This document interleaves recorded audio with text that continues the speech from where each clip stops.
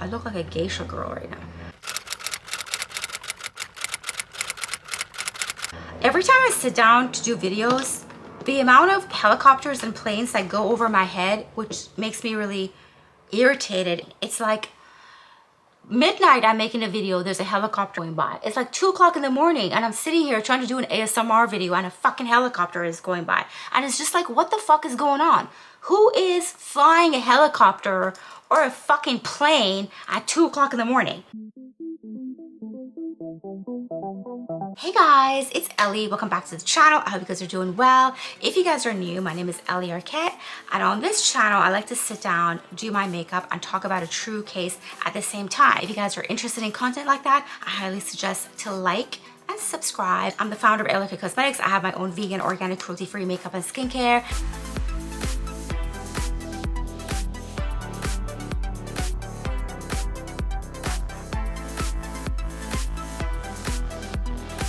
So if you guys are interested in clean, vegan, organic, cruelty-free makeup and skincare that is going to make you look flawless with no makeup, I highly suggest my products, elliearketshop.com, and let's get into it.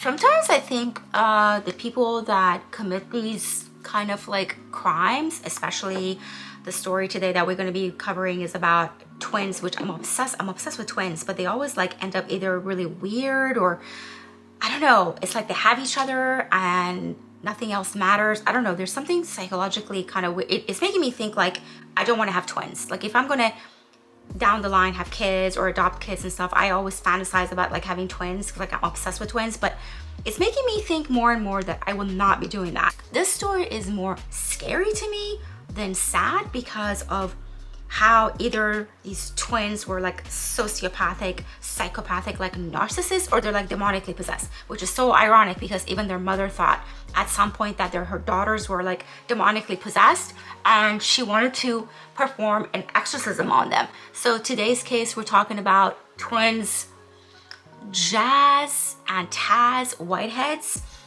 who murdered their biological mother at age 16. So today we're talking about twins Tazmia and Jasmia, born November 27th, 1993, which makes them a Sagittarius, and they share the same DNA. But to me, because they're born in November, I think that they have an influence of Scorpio in their chart. And again, as a spiritual person, I always think that water signs are batshit fucking crazy. I'm sorry. So Tazmia and Jasmia's mom, her name is Nikki Whitehead, was actually born in prison because her mother was in prison when she gave birth. And Nikki, when she was born, their mom was taken from the custody of her mother in prison and sent to live with her grandmother, which was a very, very nice woman, very maternal, and didn't want to have any rules or restrictions and just wanted to raise her granddaughter. So Nikki goes to live with her grandmother and they have a very close bond, and like I said, the grandmother didn't really have any strict rules or anything in particular about what Nikki could do or couldn't do. And then later on, when Nikki kind of entered her pre-teenage years, like around 13, she started kind of acting up, and the two started having a little bit of, you know, frictions with their relationship with each other. But soon, you know, Nikki just basically started getting into alcohol and drugs and partying and getting a boyfriend. Fortunately, as Nikki is being rebellious and the grandmother is not really setting any type of rules with her, she gets pregnant at age 16 and she gives birth to Taz and Jaz, I think when she's 17. Obviously, she at this point was a kid herself. She didn't have a steady job. She didn't have a place to live. She didn't want to live with her grandmother because her grandmother wasn't really happy about her coming and going and disappearing for days. So Nikki was kind of staying with her friends here and there. So she didn't really have any type of stable like living. Grandmother tells her, why don't you just move back here and I'll help you and help you raise your twins so you don't have to, you know, be struggling and things like that. But things are going well. Nikki gets herself into cosmetology and she starts doing really well, and she really loves what she does, and the kids are growing up and going to school, and they are actually super smart. We're working towards getting into Harvard for future education. So that was their goal, and they were incredibly intelligent, incredibly smart. They were active in school, extracurriculum activities, and also sports, and playing different instruments, and it was just, everything was just peachy till Taz and Jaz started entering their own little pre-teen years. Like around age 13, 14, they started acting up. Something happened, which I think they were demonically possessed. I honest to God, when I was researching the story, I really think that they were demonically possessed. Like I said, the mother really thought at some point like her daughters were demonically possessed, and that there's something wrong with them, and she wanted to hire a priest and have exorcism done to her daughters. So if she thinks that, maybe there was some truth to it. Around age 13, 14, things just get really strange. The girls start skipping school. They start going out, partying, drinking, doing drugs. Now, their mom, Nikki, since she did that already when she was young, she kind of knew the signs, and so she started kind of getting a little controlling with them, or getting a little obsessive with them. She would go through their phones, and she would see text messages that they're talking to older guys like 18, 19, and that they have boyfriends that are older at age 13, 14. They're having boyfriends that are like 18, 19. So she gets really freaked out by this, and obviously she voices her opinion to that. Like, you know, you guys are way too young, and I don't want you guys talking to older boys, because you're gonna end up like getting into like sexual activities and things like that. And of course, the back of her head, this happens all the time when young mothers get pregnant and have kids, that they fear that their kids are gonna follow the same thing. Like they're gonna also get pregnant at a young age and have kids, and it's like, it's almost like a manifestation that happens. The mother, Nikki, gets a little controlling, but it's like a normal thing. You know, she's their mom. She wants them to get back on track. How they were doing so well in school and everything was peachy and they're doing well, but you know, it keeps getting, the relationship between Nikki and the girls start deteriorating.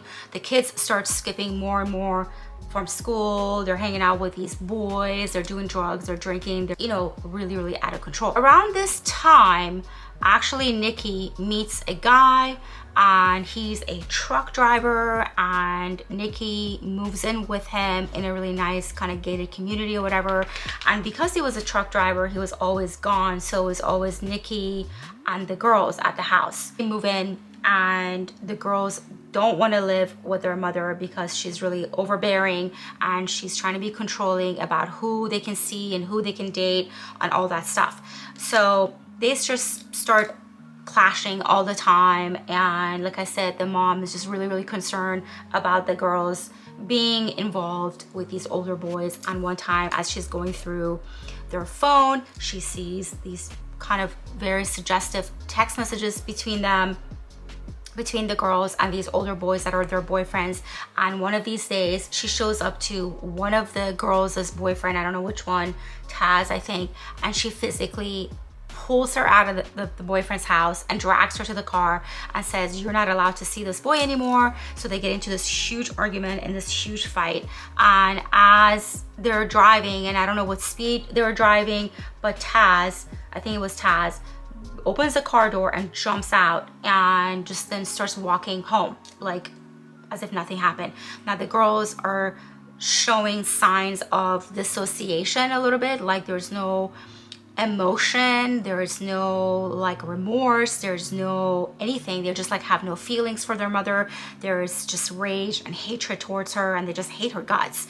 And basically they want to go live with their grandmother because they just think like, you know, she is just too controlling and they can't do anything that they want. When I say to you guys, it's almost like I'm having a little bit of a deja vu. I don't know why I'm having a deja vu as I'm telling this story. This is very weird to me. It's really rare for me to have like a deja vu, but I'm full on having a deja vu right now. I just want to tell you guys, if you're having any type of experience with like your brother, sister, mother, father, kids, and if anyone is showing any type of violence towards you, husband, wife, believe them. just because they're your relative or blood or your son or your daughter or your mother or your father or your brother or sister or your aunt and uncle, whatever, doesn't mean that they can't just snap and fucking kill you. Like when I say that in this story, there's already signs that these girls are going to harm Nikki at some point. It's just like, because she's a mother, and I think that because she like is like, I'm their mom, right? Like I gave birth to them and they're my daughters. Like, yes, they're gonna be maybe aggressive towards me. Maybe they're gonna throw some things at me. Maybe we're gonna get into altercations and fights and arguments, but they're not gonna kill me. You know what I mean? She never thought it would go there. But I'm telling you, if anyone is exhibiting any type of violence like that towards you, whether it's family, friends, spouse, get the fuck away from them. And one of these times where Nikki and the girls are at home, they get into this huge argument. Now, this whole time, the girls, like I said, are very intelligent. To me, it sounds like they're kind of like narcissistic sociopaths. There's no emotion. There's no, they don't want to work things out with their mother. They don't want to do shit. They don't want to do anything. They just want to do what they want to do. They don't want to reconcile with her. They don't want to hear her out. They don't want to listen to anything she has to say. They just want to do whatever fuck they want to do, and that's it. This is just the end goal, is they just want to go and do whatever they want. They don't want to answer to anybody. So one of these days, a huge fight breaks, and basically the girls start attacking their mother, Nikki, Taz and Jaz. And it gets really, really violent. And it's so violent that actually Nikki calls 911 and an officer shows up to the house, and she's visibly shaken and very, very upset. And she's telling the officer, like, my daughters are attacking me and I don't know what to do, and I just need you guys to help me. So the officer doesn't know what to think. This officer does notice that, you know, the mother is just really shaken up and she's really upset, and she's, you know, she's crying and she's just really upset, and she literally is visibly kind of like in fear of her daughters. And she's asking this police officers, like, I don't know what to do. Like, what can I do? Like, what do you suggest? And the daughters, Taz and Jaz, are just like standing there. There's no emotion. There's no anything. Basically telling the police officer, it's the other way around, and she attacked us and she's abusing us, and, you know, we don't want to live with her, and we're constantly being abused, and, you know, she and her boyfriend, who's a truck driver, they just like, you know, are abusing us, and we don't want to be here. But the police officer takes the report and she leaves, but has this kind of a weird feeling and this sense that she should stick around. And as she's outside still, like in the patrol car or whatever, she sees Nikki, you know, opening the front door and running outside and literally screaming. And then the police officers gets out of the car and goes up to Nikki, and then at this point Nikki visibly was bruised, and there was cuts, and you could totally see she was just like in shock and in fear. And she was telling the police officer that basically her daughters took her to the bedroom and started jumping her and attacking her, and she's just like really scared for her life. So Jaz and Taz are taken into the police station. To me, the reason I think that they're sociopathic narcissists is because, like, where do you learn this? This is something that they both just naturally were doing. They were very good at gaslighting their mom. They started gaslighting the police officers and the detectives, like, this is the other way around. She's abusing us and we just hate living with her, and she's so abusive to us, and they're crying and pleading. So the court decides to separate the twins from their mom, Nikki, and they said that they should go live with their grandmother, which is what they wanted, because they knew if they lived with a grandmother, there was not going to be any restrictions or any rules, and they could just do whatever the fuck they wanted. So they ended up going and living with her. And at this point, you know, it got really worse. They skipped more school days. They did more drugs, drinking, you know, partying with boys, having older boyfriends and all of that. And the grandmother at this point was older, and she didn't really could control them anyways. And they were kind of gaslighting her and abusing her, the grandmother, and stealing from her, like stealing money from her to buy drugs or whatever hell that they were doing. I look like a geisha girl right now. Every time I sit down to do videos, the amount of helicopters and planes that go over my head, which makes me really irritated, is fucking insane. It's like, midnight I'm making a video, there's a helicopter or a fucking plane going by. It's like 2 o'clock in the morning and I'm sitting here trying to do an ASMR video and a fucking helicopter is going by. And it's just like, what the fuck is going on? Who is flying a helicopter or a fucking plane at 2 o'clock in the morning? I'm fucking irritated right now. I just like hate that shit. I just don't like noise when I'm doing fucking videos. Anyways, back to the story.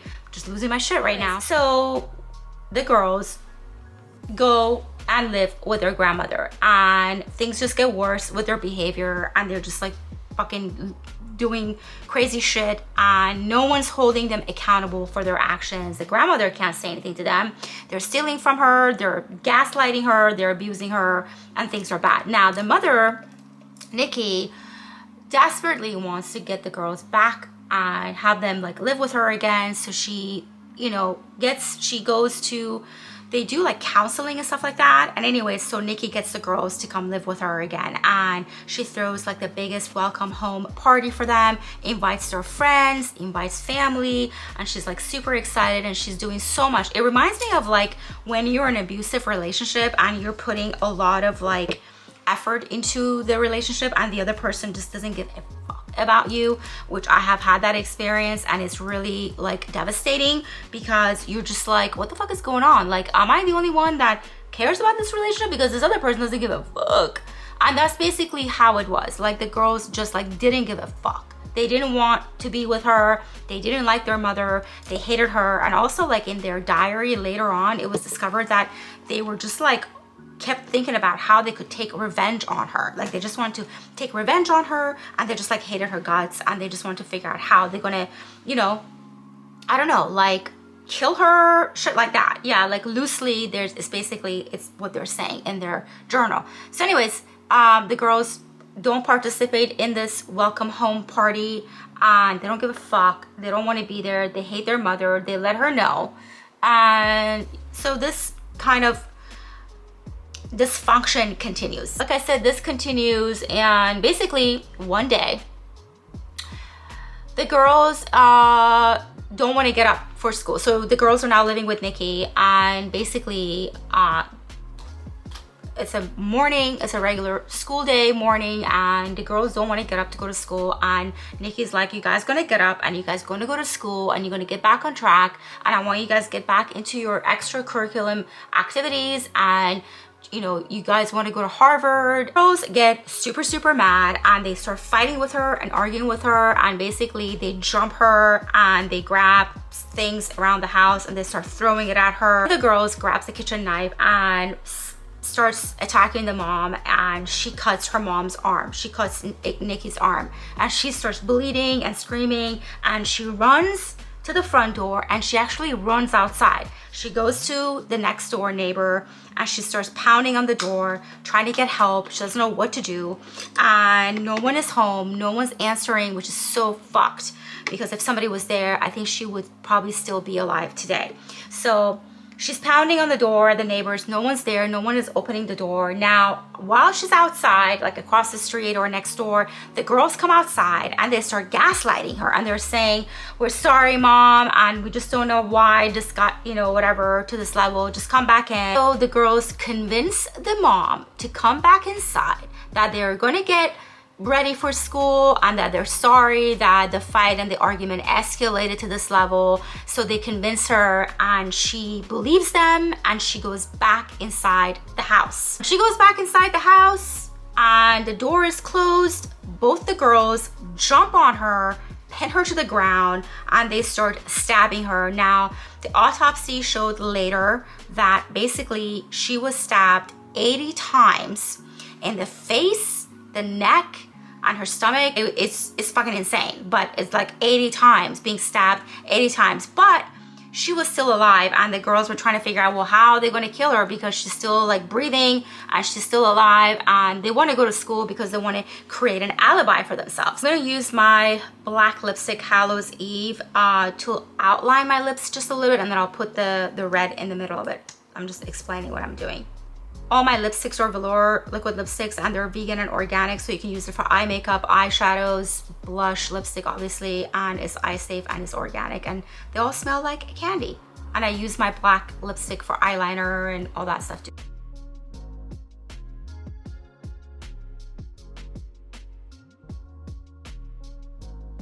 The girls drag their mother to the bathroom. There's blood everywhere, and they fill up the bathtub and they throw her body, as they said later on, that they confessed later on that she was really, really heavy and it was really, really hard for them to throw her body into the bathtub. They throw her body into the bathtub and they turn on the water. So they push her under water, and sadly, Nikki died. After the girls realize that their mother, Nikki, is dead, they get dressed and they go to school and they act super normal, as if nothing is wrong, and they go to school and whatever. There's like no feelings, there's nothing, just like a normal day. They're just going to school.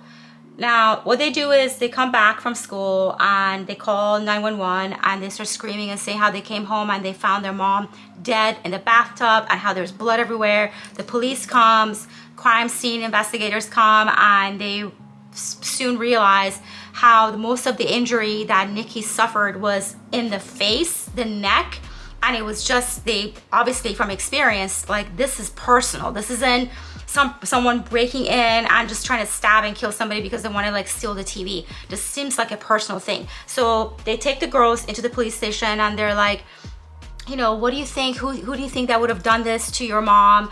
And the girls are like, well, actually our mom has a boyfriend named Robert, but he's a truck driver and he's gone all the time. So she was having an affair with this guy, Joe, which was true. And we think that basically, you know, Robert found out and then, you know, probably came home and confronted her about it and killed her. That's obviously what happened. So the police are like, well, that's a pretty good reason, right? Like a lover's quarrel or whatever. So they contact Robert and Joe, but Robert and Joe had solid like alibis and they were nowhere at Nikki's house or around her or any of that around the time that she was murdered. I'm so irritated today because my dog keeps like wanting to go outside, and then I shut off the camera and then I just like lose my train of thought and I'm like literally about to lose my mind. Like, I don't know if I'm picking up on the rage of these girls or what the hell. Okay, let me continue. Anyways, so the girls are at the police station and basically convince the police that they had nothing to do with it. And so the police continues investigating. The girls go back to their grandmother's house. 4 months goes by.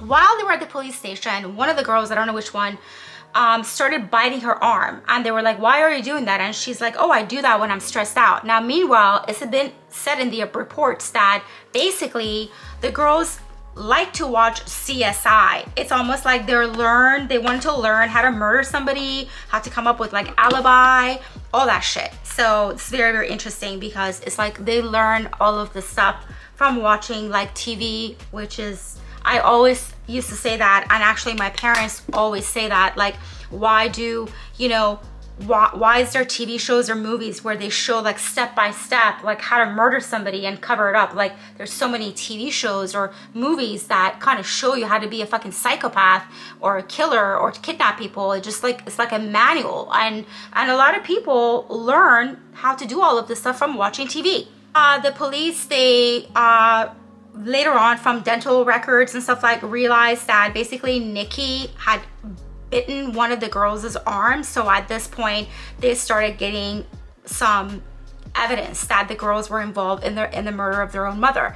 There's also this pair of boots that were under Taz's, I think, bed, and there was like blood and Nikki's hair in it, and the bite marks and all of that. Oh, by the way, for Nikki's funeral, the girls show up and they're not only that they're not crying and they're not upset, but something so sinister and disgusting is that they're giggling at their mother's funeral. And it's like, nobody, you know, as a psychic medium, I think, you know, sometimes I think like I over analyze things, or I'm just way too analytical, and I always think like everybody's fucking psychotic or whatever. But it's like, you don't even have to be a fucking psychic medium to try to figure out there's something wrong in this picture, that these girls are just like giggling and laughing at their mother's funeral. Now, meanwhile, Nikki's friends were just devastated by this because she, when she went to this cosmetology school and started working at the salon, I think she had her own salon, or she worked at a salon, everybody loved her.